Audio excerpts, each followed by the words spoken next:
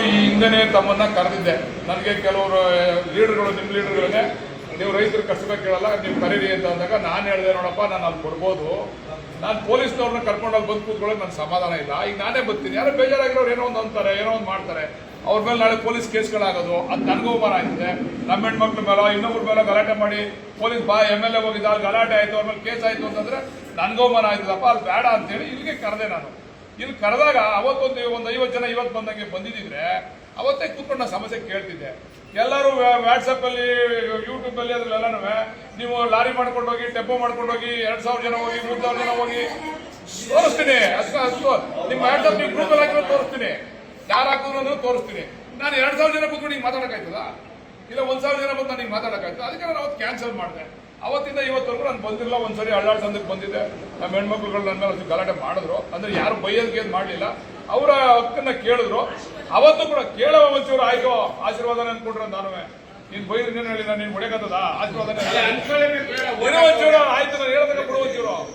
ಅವತ್ತು ಕೂಡ ನನಗೆ ಪೊಲೀಸ್ನವರು ಅದು ಮಾಡಬೇಕು, ಕೇಸ್ ಹಾಕ್ಬೇಕು, ನಿಮ್ಮ ಮೇಲೆ ನಾನು ಅಂದೇರಿ ಆ ಹೆಣ್ಮಕ್ಳು ನೋವಾಗದೆ ಬೈದವ್ರೆ, ಬೈಸ್ಕೊಂಡ್ರೆ ನಾನು ಕಂಪ್ಲೇಂಟ್ ಕೊಟ್ಟರೆ ನೀವು ಕೇಸ್ ಹಾಕ್ಬೇಕು, ಬೇರೆ ವಿಚಾರ ನಿನಗೆ ಯಾಕಪ್ಪ ಅಂತ ಅವತ್ತು ಪೊಲೀಸ್ನವ್ರಿಗೆ ಹೇಳಿ ಅವತ್ತು ಅವೆಲ್ಲ ಕೇಸು ಗೀಸು ನಾನು ಆ ಜಗಳ ಮಾಡಿಕೊಂಡು ಕುಸ್ತಿ ಮಾಡ್ಕೊಂಡು ನಮ್ಮ ಹೆಣ್ಮಕ್ಳುಗಳ ಹತ್ರ, ಆ ಭಾಗದ ರೈತರ ಹತ್ರ ನಾನು ಹೋಗೋಕ್ಕೆ ತಯಾರಿಲ್ಲ ಅಂತ ಹೇಳಿದೆ.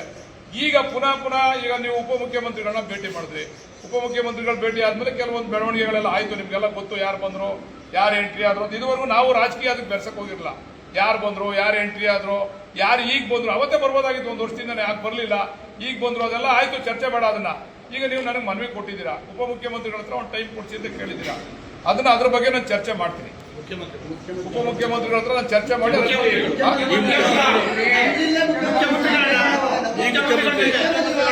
ಮುಖ್ಯಮಂತ್ರಿಗಳ ಜೊತೆ ಚರ್ಚೆ ಮಾಡ್ತೀನಿ. ಅದನ್ನ ನಿಮ್ಗೆ ತಿಳಿಸ್ತೀನಿ ಯಾವಾಗ ಬರ್ಬೇಕು ಅಂತ. ನೀವು ಒಂದು 34 ಜನ ಅಲ್ಲಿ ಬನ್ನಿ.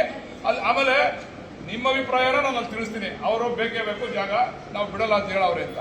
ಬಟ್ ಅವರ ತೀರ್ಮಾನ ಆಮೇಲೆ ಹೇಳ್ತೀವಿ ನಾವು.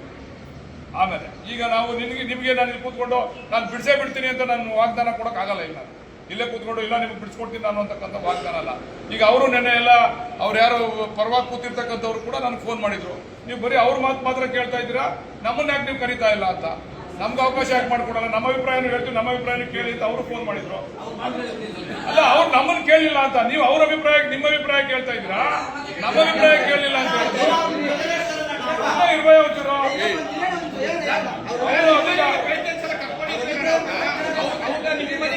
ಮಾತಾಡಿದ್ದೀರಲ್ಲ ನೀವು, ಅವ್ರ ಪರ ನಾನು ಕರೆದಿಲ್ಲ, ಅವರನ್ನ ಮನೆ ಬಂದಿದ್ರು, ನೀವು ಬಂದಿರೋ ಬರ್ಲಿಲ್ಲ, ಹೇಳ್ರಿ ಅವರು ಬಂದಿದ್ರು ನನ್ನ ಮನೆ. ನೀವು ಅವ್ರ ಜೊತೆ ಮಾತಾಡಿದ್ದೀರಿ. ನಮ್ಮ ರೈತರು ಮಕ್ಕಳು ಇರೋರ್ ಮಕ್ಕಳ ನೀವು ಯಾರ ಮಕ್ಕಳು ನೋಡಿಲ್ಲ ಕಣ, ದಯವಿಟ್ಟು ಹೇಳ್ತೀನಿ, ನೀವು ಯಾರ ಮಕ್ಕಳು ನೋಡಿಲ್ಲ, ದಯವಿಟ್ಟು ಯಾವಾಗ ನೋಡಿದ್ದೀರಿ ಗೊತ್ತಾ? ಅಲ್ಲಲ್ಲ ಈಗ ಆಯ್ತು. ಈಗ ನಾನೊಂದು ಮಾತು ಹೇಳ್ತೀನಿ, ನೀವು ಯಾವಾಗ ನೋಡಿದ್ರಿ ಗೊತ್ತಾ? ನಮ್ಮ ಓದ್ಕೊಳ್ ಕೇಳಿದ್ರಲ್ಲ, ಅವತ್ತು ಈ ಮಕ್ಕಳು ನೋಡಿದ್ರು ನೀವು. ನಮ್ಮ ರೈತರುಗಳನ್ನ ಯಾರ ಮಕ್ಕಳು ನೀವು ನೋಡಿ.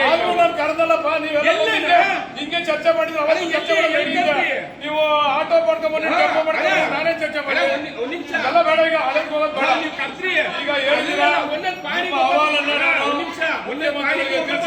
ಅವಕಾಶ ಮಾಡ್ಕೊಡ್ತೀನಿ.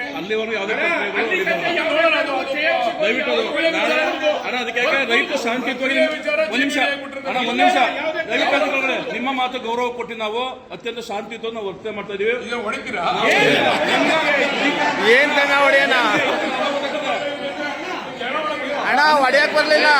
ನಾವು ನ್ಯಾಯ ಕೇಳಕ್ ಬಂದಿದ್ವಿ, ನಮ್ಮ ಭೂಮಿ ಗುಡಿ ಅಂತ ಕೇಳಕ್ ಬಂದಿದೀವಿ ಅಣ್ಣ.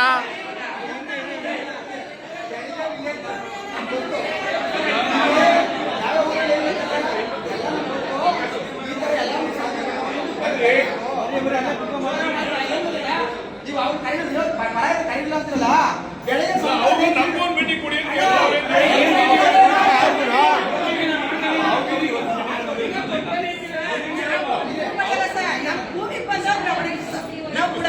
ಭೂಮಿ ಕಾರ್ಯಕ್ರಮ